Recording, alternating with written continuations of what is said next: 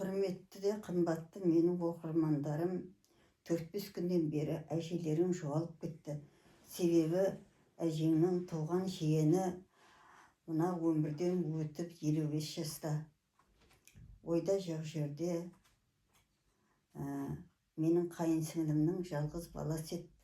Сол қазаға ұшырап сонда болдым. Міне енді өмір бар жерде өлім, өлім бар жерде өмір бар деген ол тоқтап қалмайды ғой адам. Өмір сүру керек.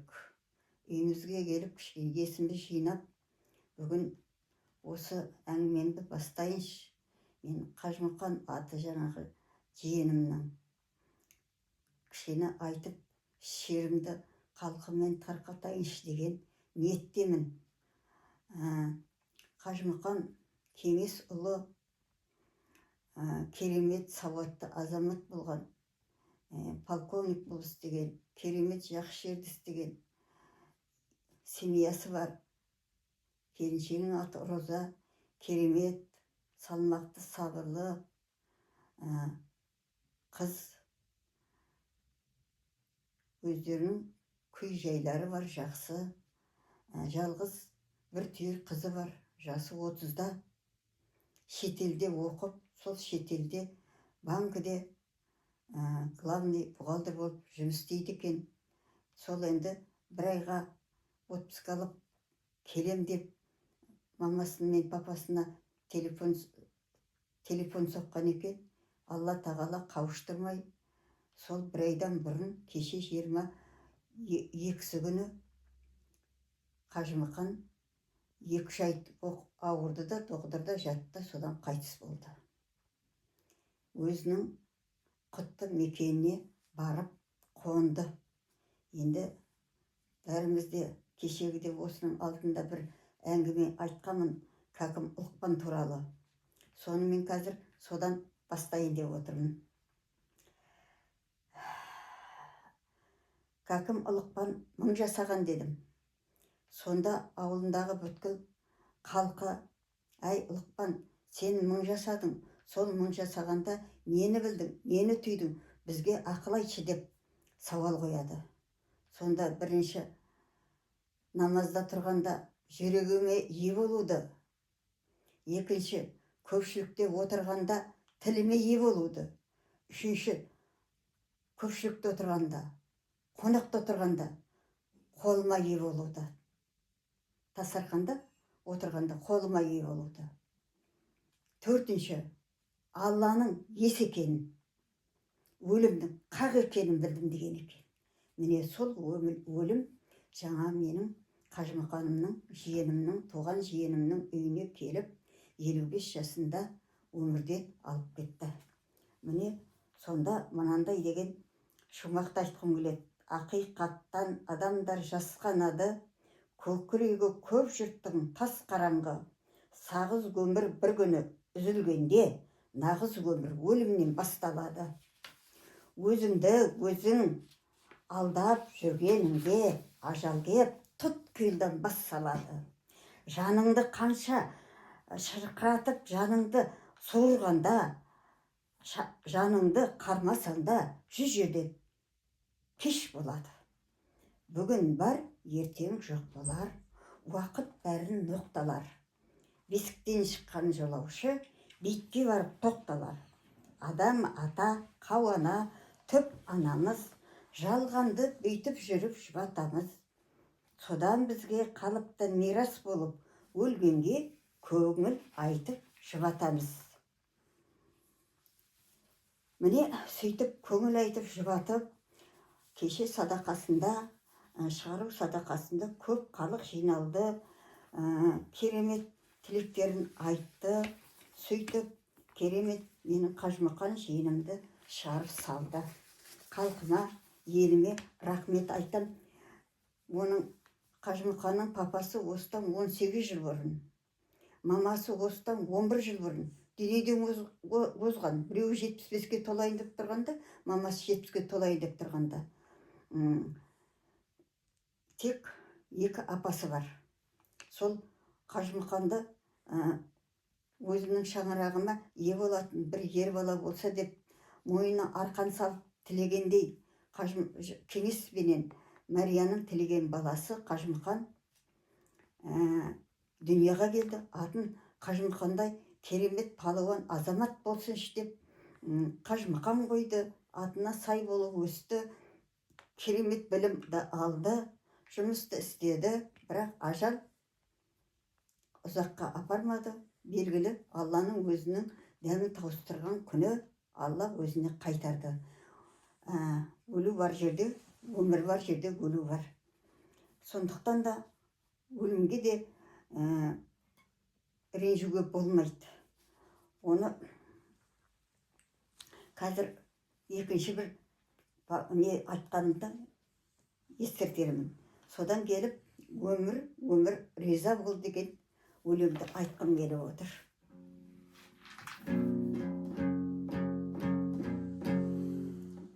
Бұл өмір біреуге ауыр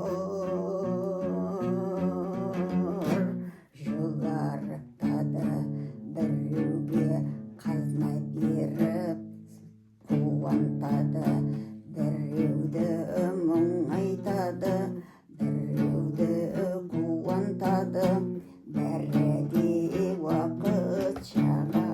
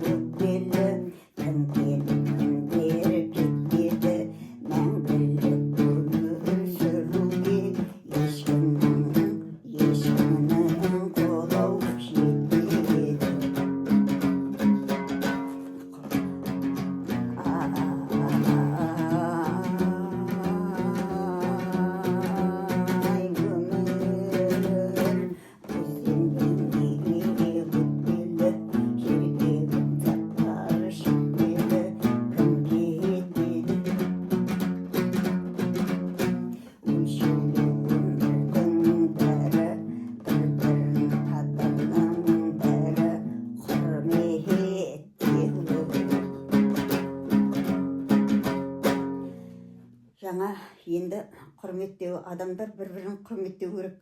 Ағайынды адамдар болу керек. Міне, сол әкесі мен шешесінің шешесі жағынан бауырлары бардық біздер, нағашылары. Әкесі жағынан туған қарындасының ғана баласы кетті. Ал қарындасы келген жоқ. Бұл міне жаңағы бір-бірін құрметте, тіршілікте деген өлеңді мен бекер айтып отқан жоқпын. Бұл өмір разы бол деген өлеңді айтып отырмын. Бір-біріңе тіршілікте өкпелемеу керек. Қатесі болса кешіру керек. Біз Алладан құдіреттіміз бе? Алла да бізді кешіреді ғой. Кешіру керек. Сондықтан да керемет қылып айналайын аққа жоқ, жатқан жерің жайлы болсын. Топырағың торқа болсын, жаның жанатта болсын. Разы бол.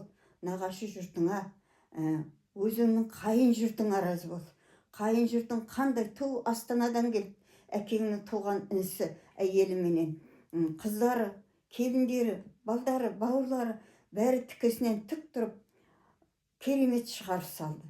Мен оларға рахмет айтам. Осы өмірде жақсылық көрсін. Енді Роза келін, сен енді шаңыраққа ие болатын Динаң бар. Сол Динаңның тілегін тілеп, жұмысыңда жақсы, өзіңде керемет азаматтайсың. Енді сенің де ауыртпалығың жетеді. Мамаң болса, о да денсаулығы жоқ, ауырып отыр. Өзің үйінде екі ортада жүрсің ғой, жұмысың бар. Сонда да саған Алла қуат берсін, күш берсін, жігер берсін. Енді сенің үйіңде ертең жұма күні жетілік садақасын жасайын деп жатыр екенсіңдер. Жаңа звондап айттың. Алла бұйыртса, мен барармын, балдар жұмыста ғой. Ал енді тойда қауышайық. Динаң аман-есен келіп, семья құрсын, отыңның басында той болсын деп осы тілегімді аяқтаймын. Құрметті менің оқырмандарым, көрермендерім, бүгінгі айтқан тілегімді мына жиенім Қажымұқанға арнадым. Сол енді Қажымұқанның жатқан жері жайлы болып, барша халықтың ықыласына бөленген балет енді алдынан жарылқасын. Мына көріп отқан адамдар бәріңде қызықты, тек қызықты тыңдаңдар, қуанышты көріңдер. Көргендеріңе рахмет.